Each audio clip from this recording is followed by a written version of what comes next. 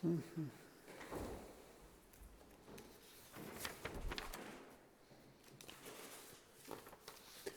empezamos. Bueno, moi bons días a todos e a todas. Comenzamos a roda de prensa do Consello. Como saben, o presidente se atopa en Madrid participando na homenaxe ás vítimas da COVID e, polo tanto, me corresponde a min darlle conta dos asuntos que acabamos de aprobar. Bueno, comenzamos como se fai habitualmente, dende que empezou a pandemia, dando conta das cifras actualizadas a día de hoxe. Temos en Galicia 7.208 casos activos, dos cales se atopan nas unidades de cuidados intensivos dos diferentes hospitais 14, son 4 máis que na xornada de onte, pero tamén é un 95% menos que no pico máximo que chegou a topar a pandemia respecto dos ingresados na UCI. Hai 65 hospitalizados, suben 8, ainda que tamén están lonxe, recordo, 2.210 que chegou a haber no momento de pico máximo tamén de hospitalizados. E hai 7.129 persoas infectadas que se están recuperando nos seus domicilios. Esas son tamén 127.228 as persoas que superaron a COVID en Galicia. E tamén, desgraciadamente, hai que falar de vítimas mortais. 2.441 a día de hoxe faleceron por causa desta enfermidade. Os últimos falecementos comunicados foron as últimas 24 horas. Levamos varios días sin registrar falecementos, se registraron estes dous, unha na Coruña e outro en Ferrol. Por facer algunha comparación para situar nun contexto a situación de Galicia. Galicia ten unha incidencia a 7 días de 166,52 casos por 100.000 habitantes. Hai que recordar que a media estatal é sensiblemente maior, casi 271, 270,98. A 14 días temos unha taxa de 243,69, 469,5 a media estatal. Seguimos sendo a segunda comunidade autónoma que ten menor taxa de ocupación en UCI, 1,34, e tamén a que temos menos ocupación hospitalaria, por debaixo do 1%. As medias estatais nestes eidos están 8,75 en ocupación en UCI e 3,72 en ocupación hospitalaria. E seguimos tamén a ser a comunidade autónoma cunha menor taxa de positividade do conxunto das comunidades autónomas en España. Por lo tanto, estes datos reflicten, se nos comparamos, unha situación sensiblemente mellor que a media estatal e que casi todas as comunidades autónomas, pero non podemos enganarnos, nin o queremos facer, non o fixemos en ningún momento e seguimos sin facelo porque temos claro, e estes datos demostran, que a evolución a día de hoxe non está a ser ni moito menos boa. Se siguen incrementando os positivos cada día, onte superamos os 1.000 novos casos, sigue a subir a incidencia, onte se incrementou en casi 25 puntos nun solo día, a taxa a 7 días e máis de 30 a taxa a 14. E tamén, é certo, registramos unha pequena suba neste caso, pero unha suba na hospitalización. Aínda as taxas que acabo de dar moi contida, pero tamén a tendencia indica que se está a incrementar, e isto nos preocupa moito. Se volveron a registrar falecementos, eses dous os que antes me refería, e temos algún novo caso de gromos en residencias. Por lo tanto, sabemos que a vacinación é efectiva, as cifras non o demostran, e, por lo tanto, sabemos que a solución definitiva, en eso imos seguir traballando, pasa por conseguir vacinar a toda a poboación. Por tanto, a conclusión é clara, precisamos máis vacinas, se tiveramos as doses suficientes, estaríamos xa moi cerca, senón prácticamente conseguir xa a inmunización, esa inmunización total da poboación que, insisto, só se pode conseguir a través das vacinas. Por lo tanto, imos seguir reclamando vacinas e, mentras non teñamos o número aceitado para conseguir esa inmunización total, o que toca é seguir sendo prudentes e seguir actuando con moita cautela, non esquecendo, como, por desgracia, vemos con este incremento de cifras, que o virus sigue entre nós,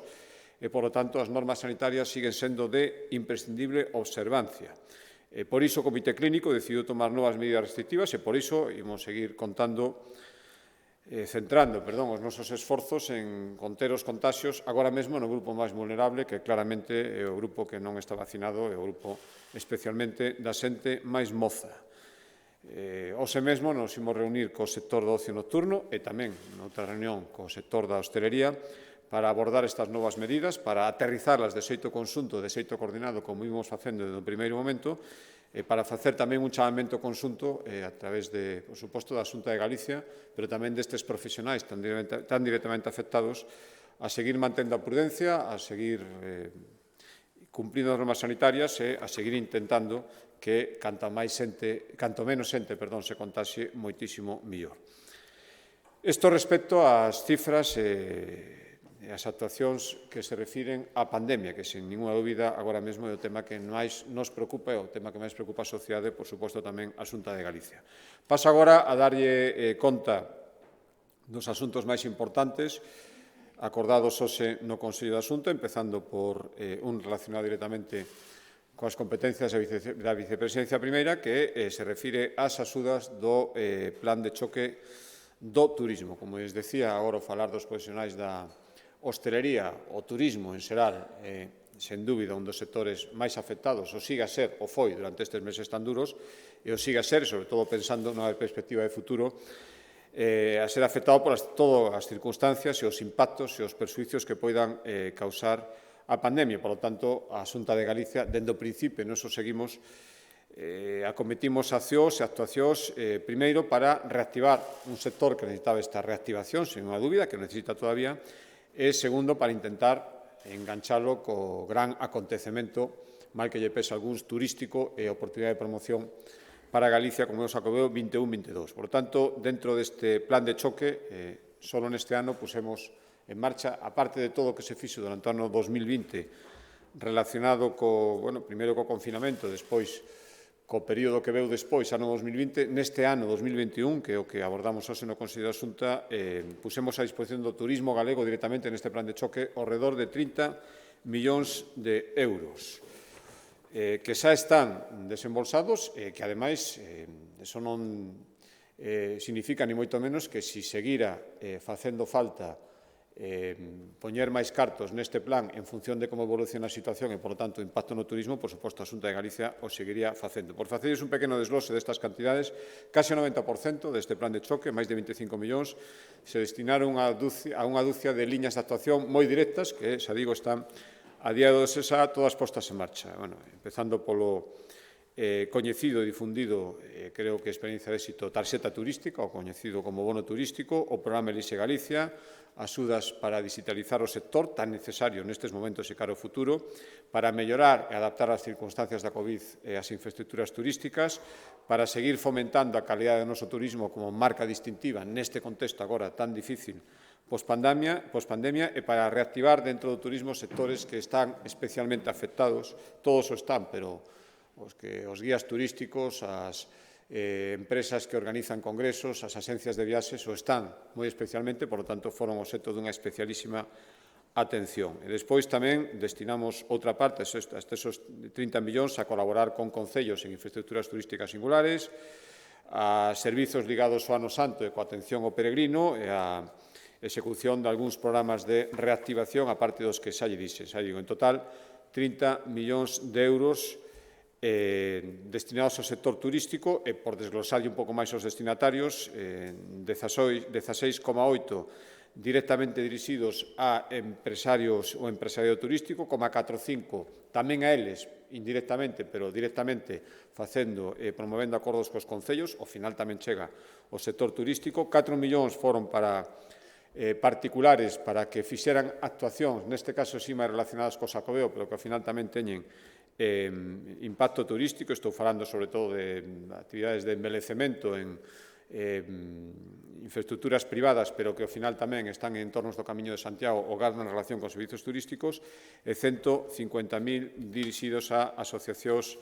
de defensa e de promoción do Camiño de Santiago. Xa digo, son estes casi 30 millóns desembolsados este mesmo ano. Se van a engadir ahora, por certo, alrededor con 4 liñas de axuda, porque isto que lles decía son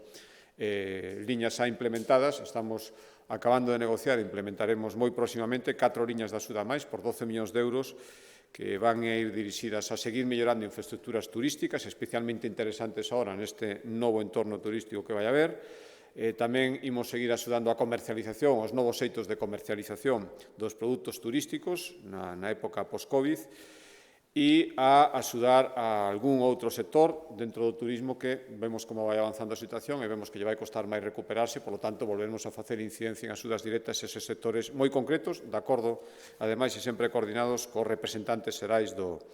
sector turístico. Estos son 12 millóns máis de euros en 4 liñas de axuda, polo tanto, serían estes 30, máis casi chegaríamos a 40 nun entorno, sumando estes 10 de 2 ou 3 meses máis, xa digo, neste mesmo ano, 2021, que foi o balance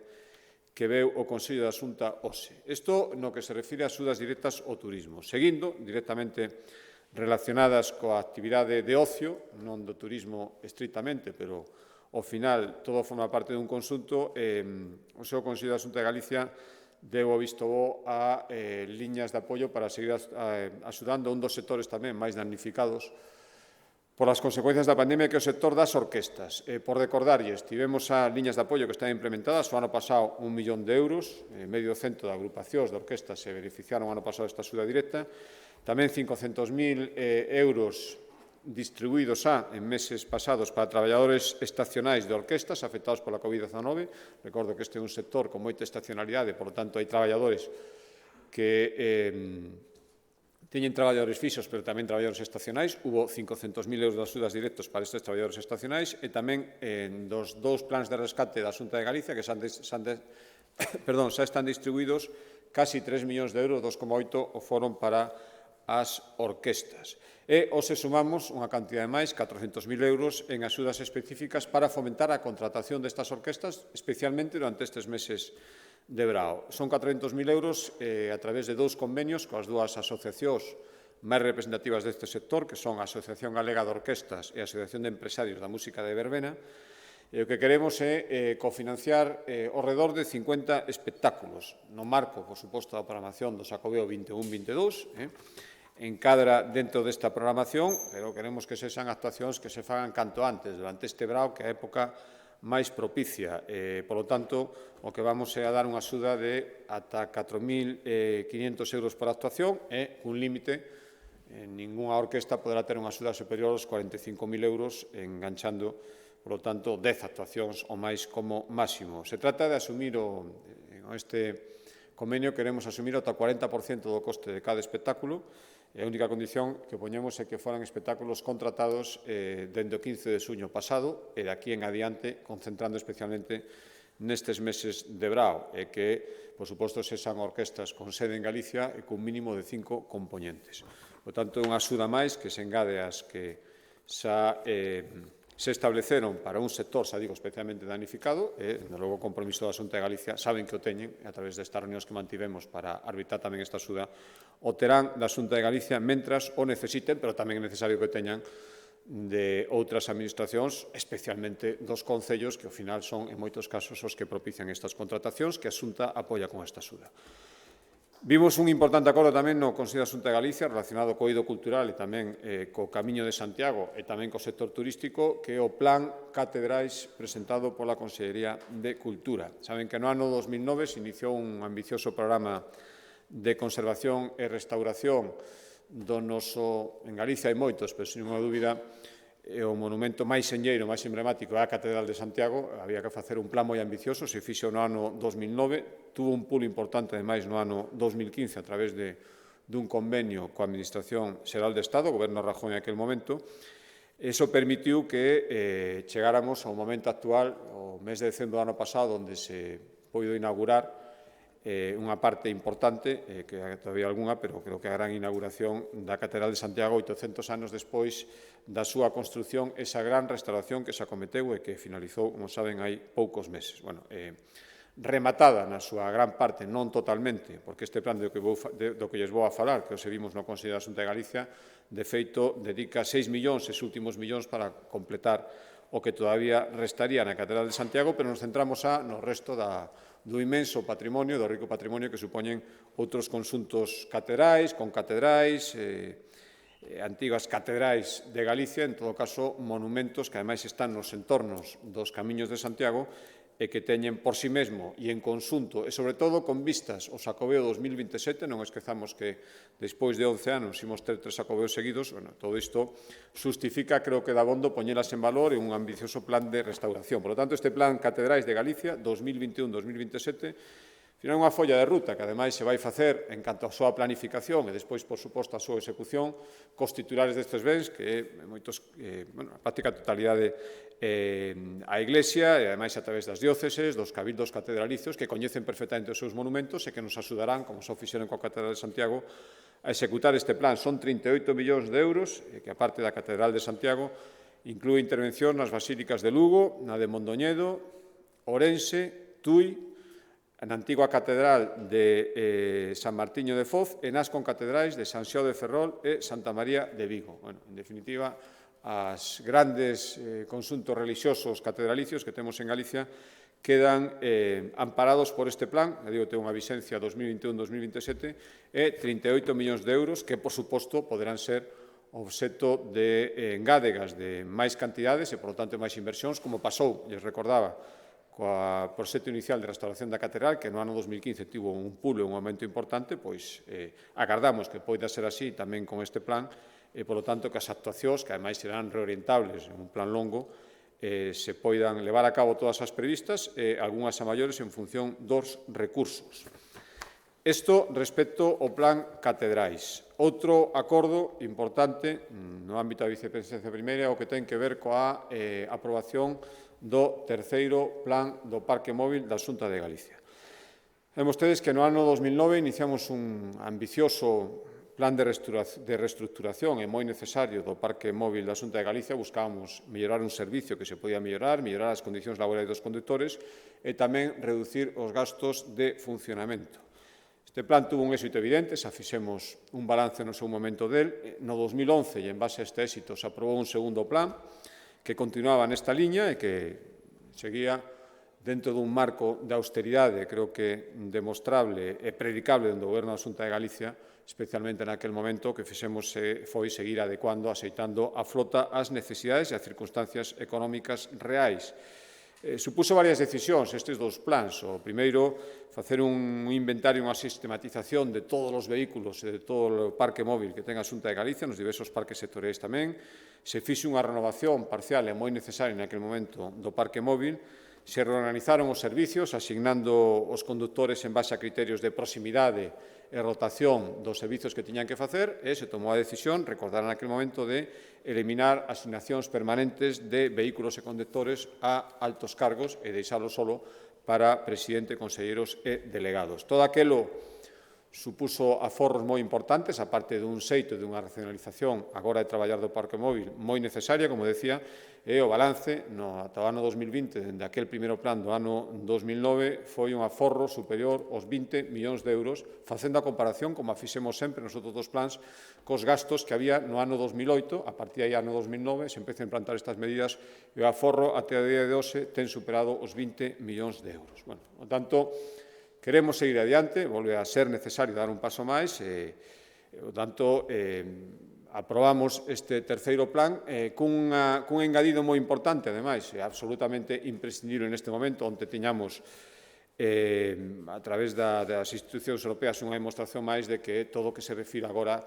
a mobilidade, e moito máis a mobilidade pública, ten que ter moi presente os criterios medioambientais e os criterios de sustentabilidade. Por lo tanto, este terceiro plan de reestructuración do parque móvil, co que se prevé renovar a metade da flota,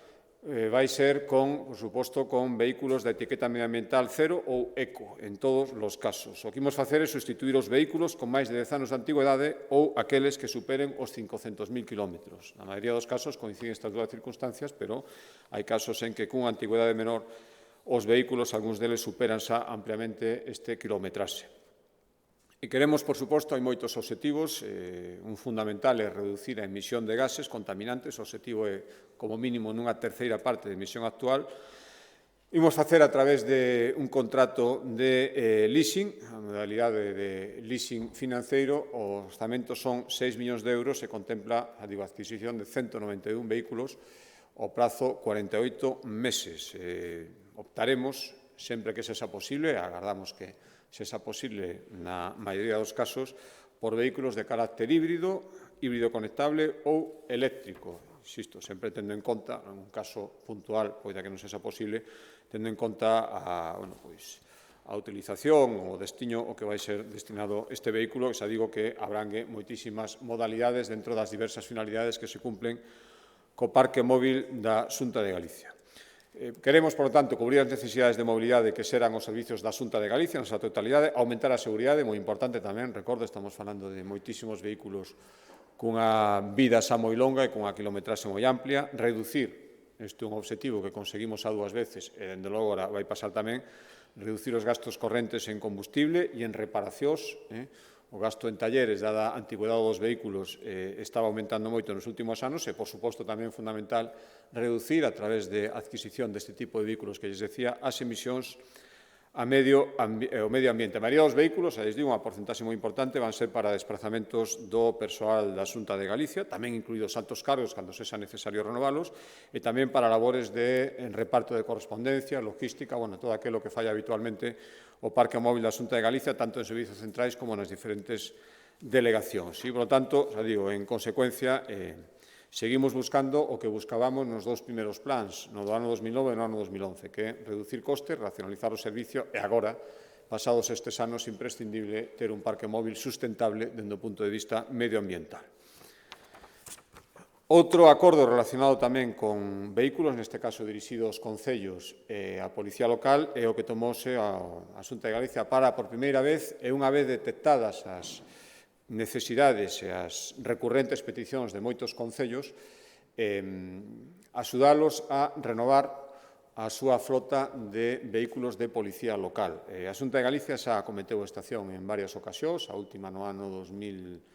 2015-2016, onde foron adquiridos e entregados os vehículos, os concellos, ao redor de 95, casi 100 vehículos de Policía Local. Non era a primeira entrega que se facía no ano 2009, pero sí que foi a máis numerosa, e agora, dada a utilización intensiva que teñen estes vehículos, os concellos nos volven a pedir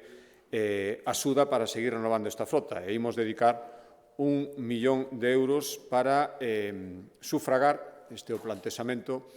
as cotas mensuais que teñan que abonar os concellos que decidan adquirir os seus vehículos de policía polo sistema de renting. O plantexamento é un renting como máximo 48 meses e a Xunta de Galicia subvencionaría o 75% das cotas que teñan que pagar os concellos para adquirir eses vehículos de policía local durante 48 meses. E, por suposto, tamén co condicionante de que teñen que ser, iso é obvio, vehículos destinados ao servicio de policía local, pero tamén coas características medioambientais e de sustentabilidade que a Xunta de Galicia se vai autoexixir para os propios vehículos do noso parque móvil. Tanto, isto será para concellos de menos de 50.000 habitantes, o renting terá que ter unha data igual ou posterior o 1 de xaneiro deste ano, porque somos conscientes de que hai concellos que xa optaron por esta vía de renovar os seus vehículos con vehículos máis novos e máis ecolóxicos e, polo tanto, se o fixeron neste exercicio orzamentario, tamén se poderían acoller a esta convocatoria que se publicará inmediatamente unha vez que aprobose o Consello da Xunta de Galicia. Xa digo que isto é a primeira vez que se fai, unha necesidade e vai permitir que moitos concellos, sobre todo os máis pequenos e os de menos capacidade económica, poidan renovar estes vehículos que, de outro xeito, sería moito máis dificultosos, en algúns casos prácticamente imposible. No eido do medio ambiente tomamos tamén un acordo importante que é autorizar a licitación do servicio de xestión das plantas de lixo non reciclable do complexo que a Sociedade Galega do Medio Ambiente, Sogama, ten en Cerceda. O que buscamos é seguir garantindo o funcionamento deste complexo, que a día de hoxe atende non a totalidade, pero casi a 294 dos 313 concellos galegos, e seguir facendo co sistema de Sogama, que é unha valorización enerxética da parte que non é posible reciclar da bolsa negra que se deposita todos os días no lixo. Como se logra isto? O sistema é coñecido. Primeiro hai unha planta de consideración que produce o calor necesario para secar esta parte húmida e poder convertilo en combustible, e despois ese combustible alimenta as caldeiras da planta de Sogama e produce unha enerxía superior a día de hoxe ao 12% do consumo eléctrico dos fogares de Galicia. É un sistema coñecido, é un sistema que se revelou de éxito, xa digo, a inmensa maioría dos concellos se acolleron a él,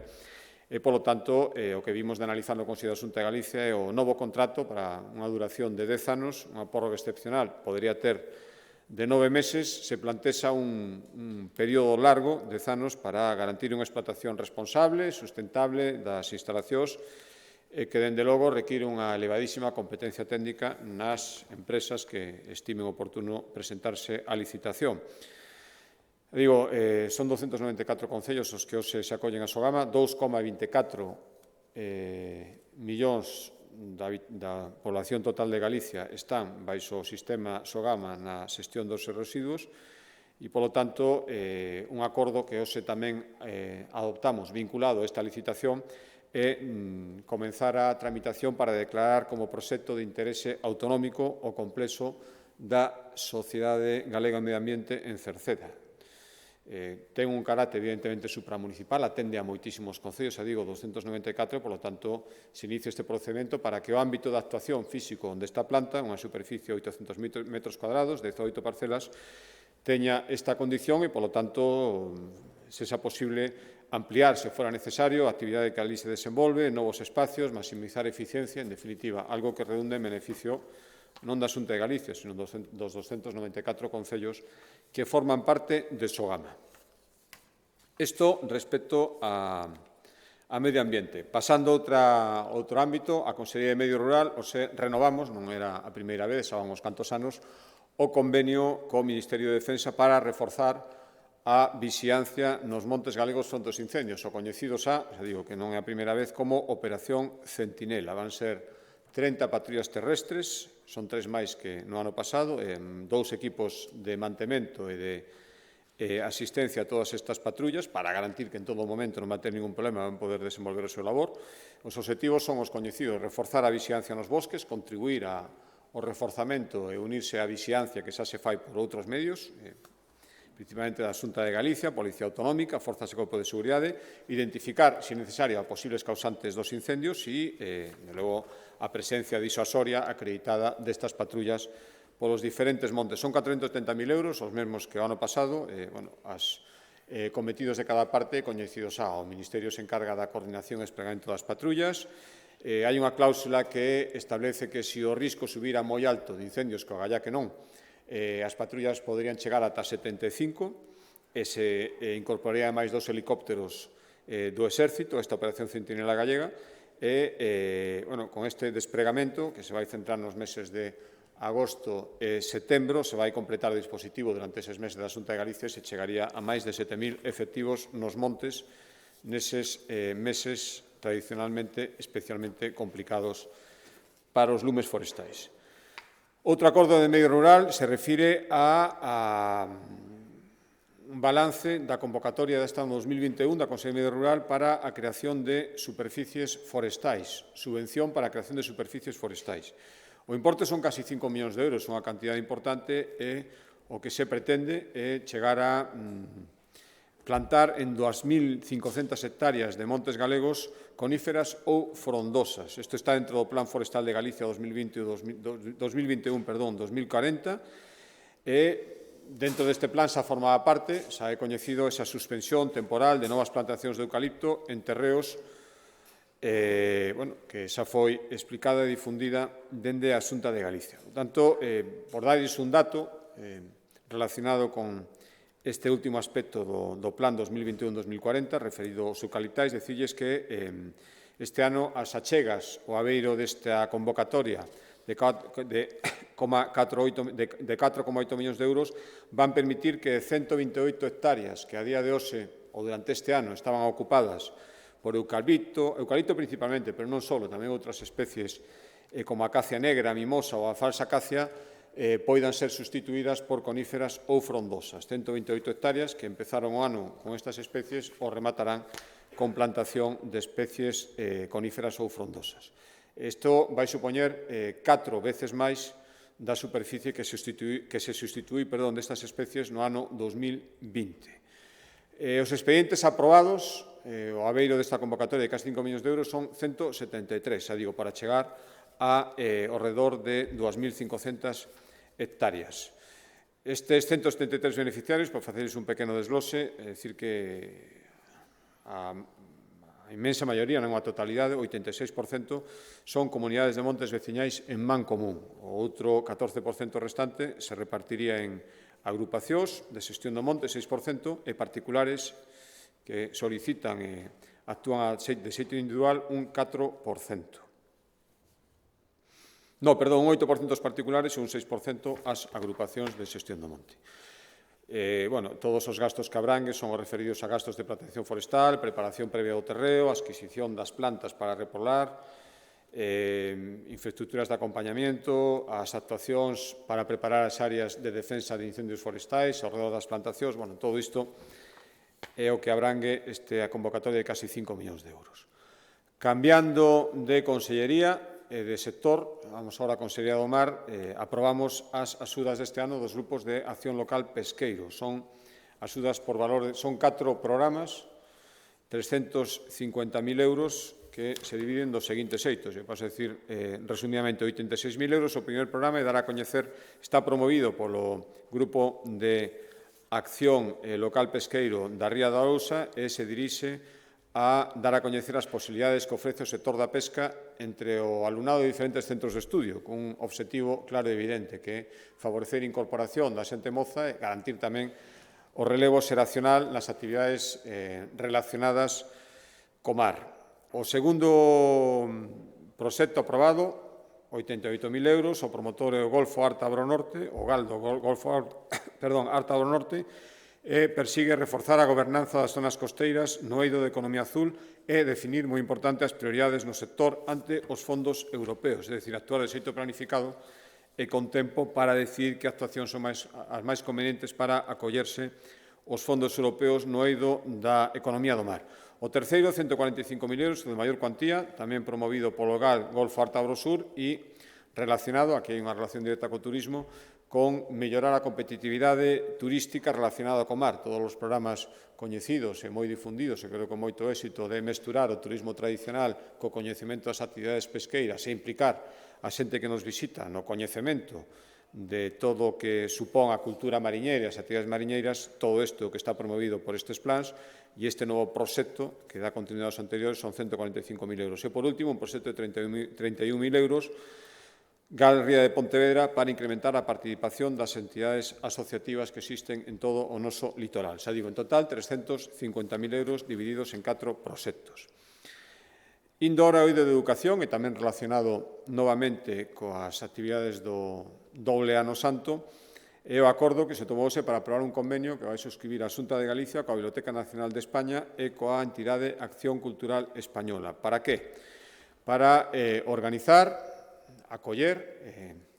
ter presencia primeiro en Madrid e despois en Galicia da exposición As Pegadas do Camiño.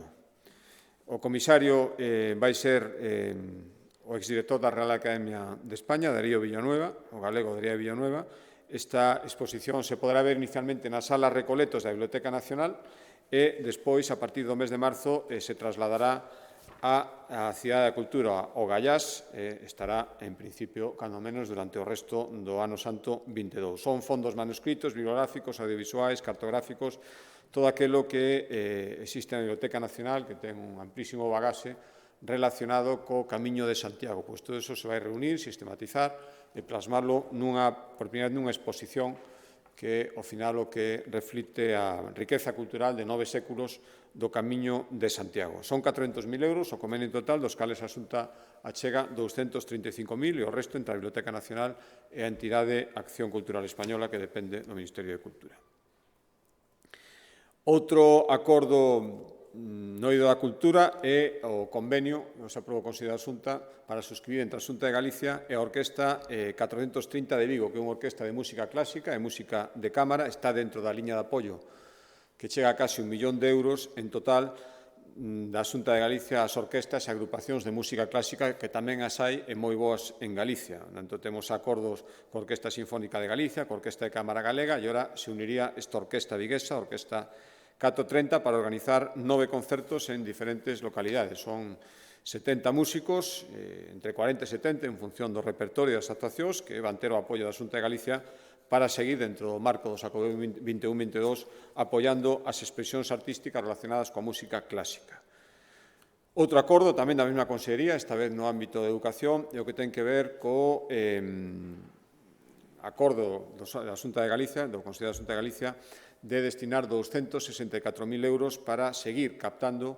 o talento dos investigadores, os investigadores galegos mozos, a través do programa Juan de la Cierva, para que poidan seguir desenvolvendo a súa función. Son investigadores, xa digo, novos, pero que xa tiveron unha primeira experiencia doutoral e queremos que a continúen, e, polo tanto, a Xunta de Galicia o que fai,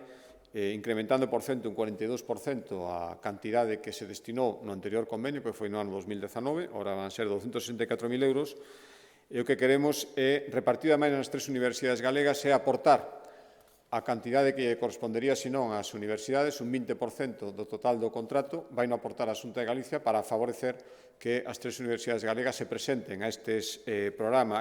Juan de la Cierva e, polo tanto, permitir que moitos investigadores galegos sigan desenvolvendo a súa tarefa en Galicia a través de algunha das 3 universidades. Serían 11 para a Universidade de Santiago de Compostela, 8 para de Vigo e 4 en Coruña. En total, 11, 8, 19, 23 investigadores que, gracias a esta axuda da Xunta de Galicia, poderán seguir traballando a través dunha universidade galega. Outro acordo moi importante tamén foi, seguimento que fixo o Consello da Xunta de Galicia do acordo adoptado no seu día e implementado, o vimos a implementación, especialmente no que se refire hoxe dos recursos humanos, do Plan de Saúde Mental de Galicia. Recórdolles que tiña moitas accións, as principais e as que atinxen, ademais, o seguimento que fixemos hoxe, era unha relacionada cun programa de enlace entre a atención primaria e saúde mental, fundamental, moito máis nas circunstancias actuais derivadas da pandemia, a creación de novas unidades de saúde mental de adultos e de infancia, recentemente se inauguraron en Tui, Ordes, Oleiros, Vigo e A Coruña, novas unidades de saúde mental, o reforzamento de programas hospitalarios de enlace, xente que entra no hospital por unha razón e despois necesita tamén atención no eido da saúde mental e, polo tanto, hai que reforzar os programas e actuar coordinadamente nunha atención que debe ser integral e moito máis nun hospital. E, por último, o desenvolvemento dun plan específico dirixido ao persoal do Sergas de apoio psicosocial. Bueno, xa digo, hai moitos máis eidos, os máis importantes do que analizamos hoxe, conectado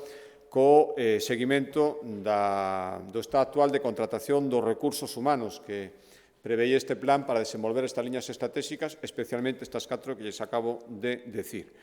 Eran as prioritarias para o ano 2020 e 2021 e tamén para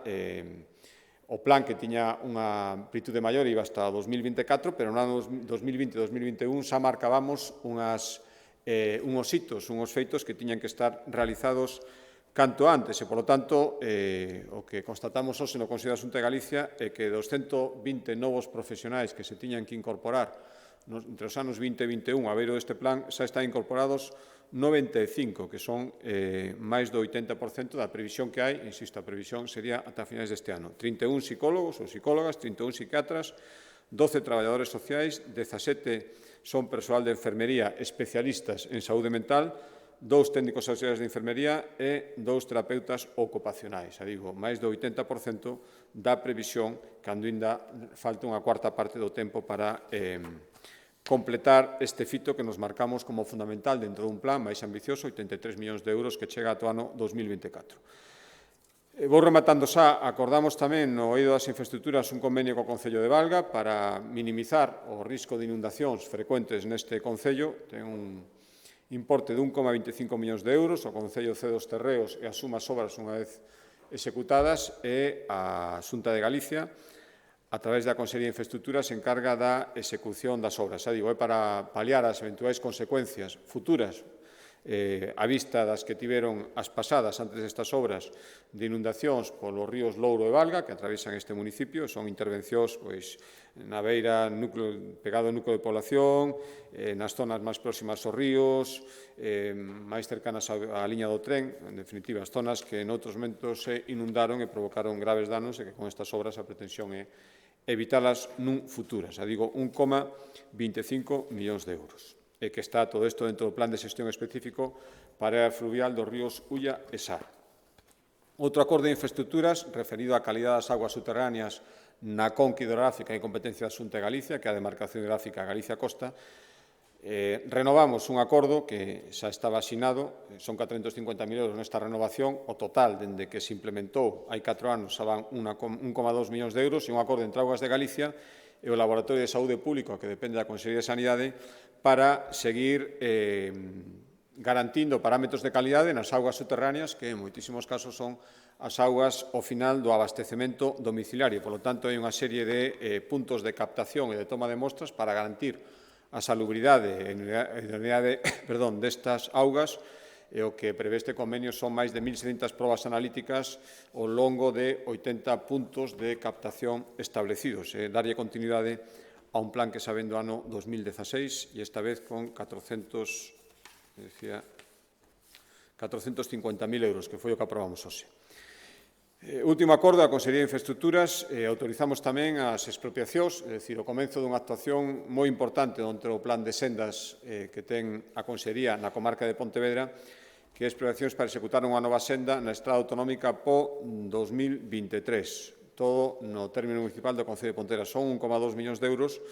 Está dentro dos obxectivos xerais das sendas, favorecer unha mobilidade sostible, contorna máis segura para os peóns e tamén para os vehículos, agora de visibilidade e de preservación de posibles accidentes, e, ademais, aquí ten unha incidencia moi especial nunha parroquia, Sant André de Sebe, e tamén nun centro escolar que se atopa aí, que facía moi necesaria pola seguridade vial dos rapaces e da xente que acude a ese centro escolar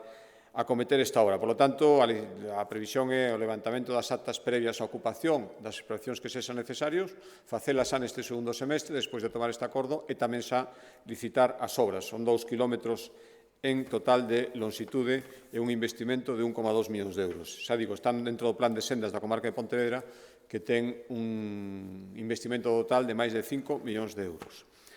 E último acordo xa, no ámbito outra vez da vicepresidencia primeira, é a renovación dun convenio que se estableceu por primeira vez no ano 2018 e que, por desgracia, tivo que ser activado todos os anos. Un convenio coa Axencia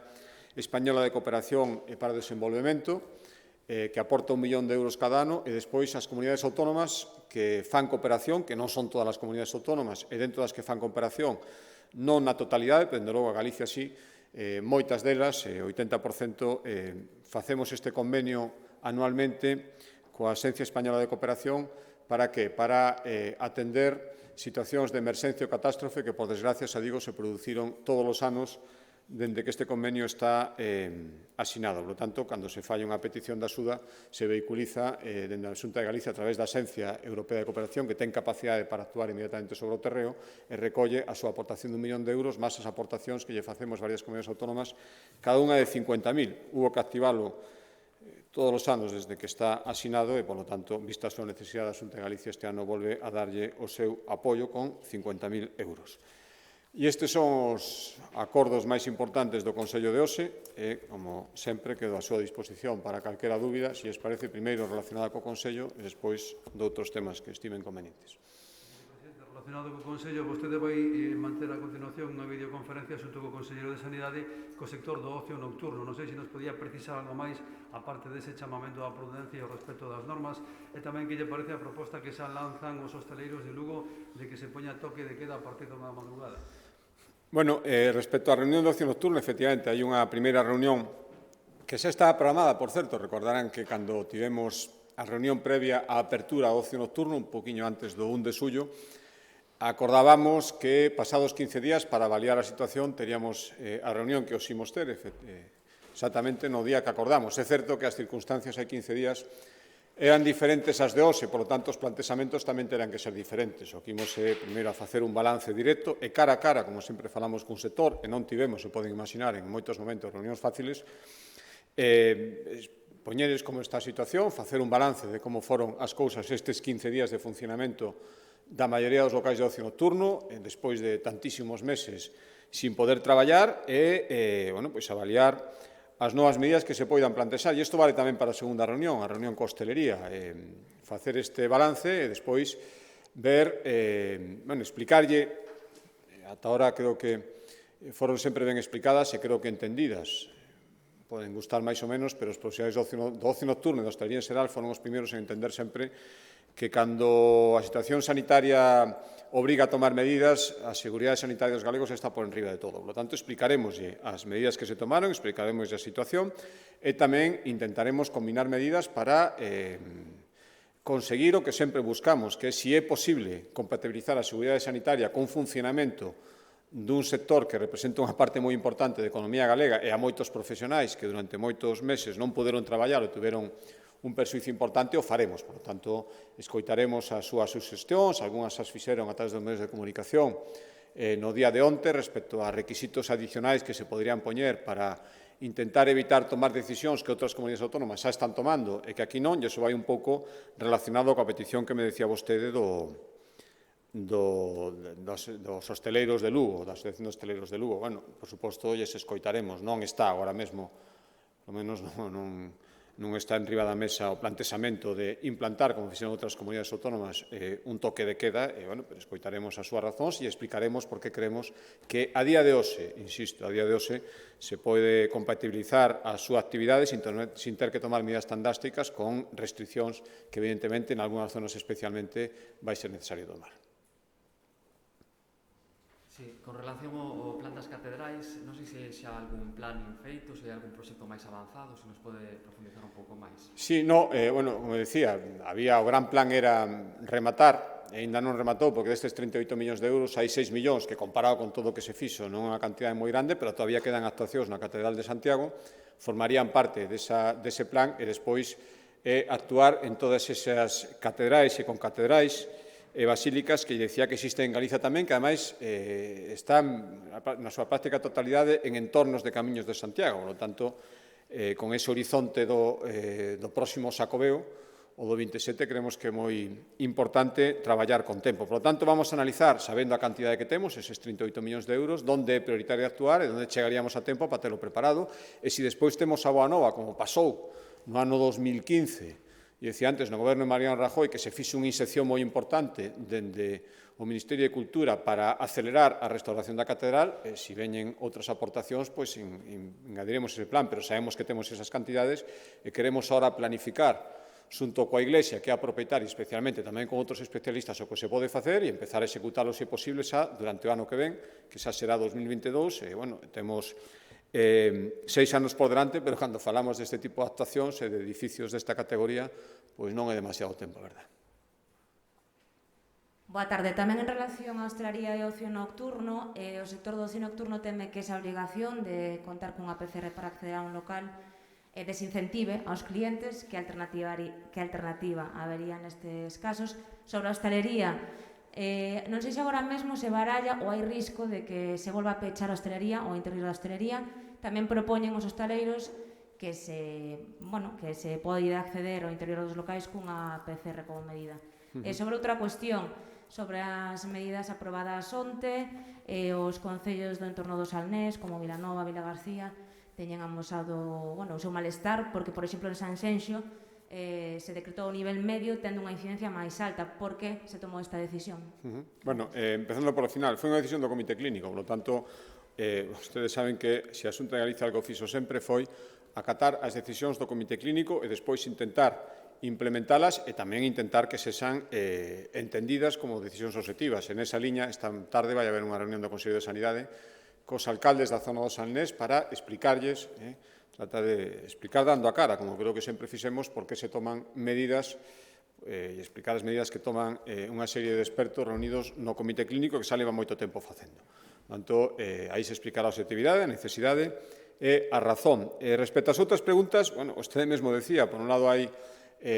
peticións directas de sectores de hostelería dicindo que se implanten medidas como a PCR, certificado de vacinación, para acudir aos seus locais e, indirectamente, garantir que van poder seguir traballando e, ao mesmo tempo, e é lóxico, isto é unha medida novedosa, preocupación polo impacto que poida ter, pero o ocio nocturno nos ten pedido,